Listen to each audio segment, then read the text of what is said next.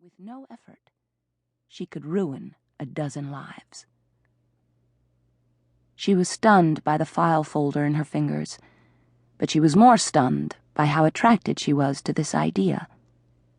Janie Johnson, bad guy. In all that had happened, the kidnapping, the new family, the old family, even Reeve's betrayal, nothing had brought such fury to her heart as the contents of this folder.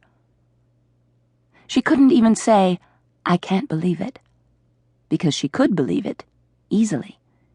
It fit in so well, and it made her so terribly angry.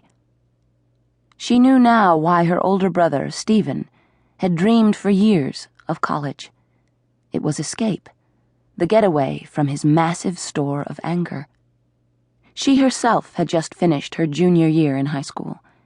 If college was the way out, she couldn't escape until a year from September, unless she escaped the way Hannah had, all those years ago. Janie Johnson hated her father at that moment with a hatred that was wallpaper on every wall of every room she had ever lived in, stripes and circles and colors of hate pasted over every other emotion. But gently, she slid the police report back into the file folder and put the folder in among the others, pressing with her palm to even up all the folders so that the one that mattered vanished. It took control to be gentle.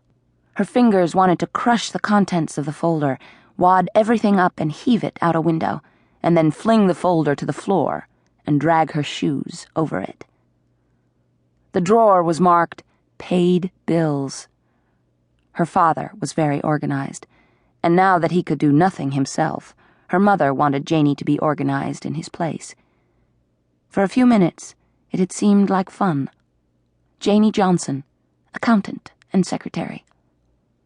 The drawer contained a long row of folders, each with a center label, each label neatly printed in her father's square typewriter-looking print, each in the same blue ink. Folders for water bills and oil bills, insurance policies and tax reports.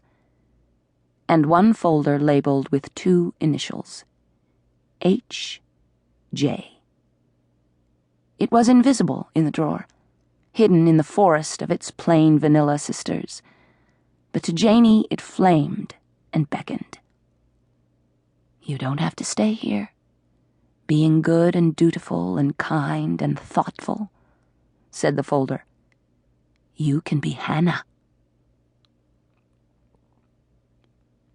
Reeve Shields was sitting on the floor, his back against the wall, his cut-off jeans and long tan legs sticking out toward Janie.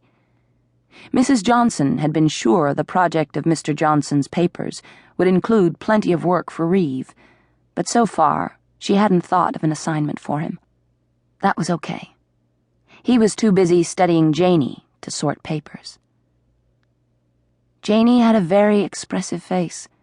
Her features were never still, but swung from thought to thought. If he could read cheeks and forehead and chin tilt, he could read Janie. But although he had lived next door to her ever since he could remember, and although they had once been boyfriend and girlfriend, and had been through 2 hells together, right now he couldn't read her face. He did, however, know that he wanted to read the contents of that file. The label was very tempting, the way she had returned it to the drawer, the silence she was keeping, also very tempting. "Don't even think about it," he told himself. "How many times are you going to jerk her around? She tells you how to behave. You say, 'Sure, Janie,' and then do exactly what you want. You going to do it now, too? She's speaking to you again, letting you hear in the house again. And once again, you can't wait to trespass on her. You promised yourself you'd grow up. So maybe tonight would be a good time. Maybe tonight you shouldn't look in that folder, which obviously contains the most interesting papers Janie has ever seen in her life. But not for you, sport. Give it up. Offer a distraction. Mention dinner. Get out of the house. Get away from this office. Do not interfere."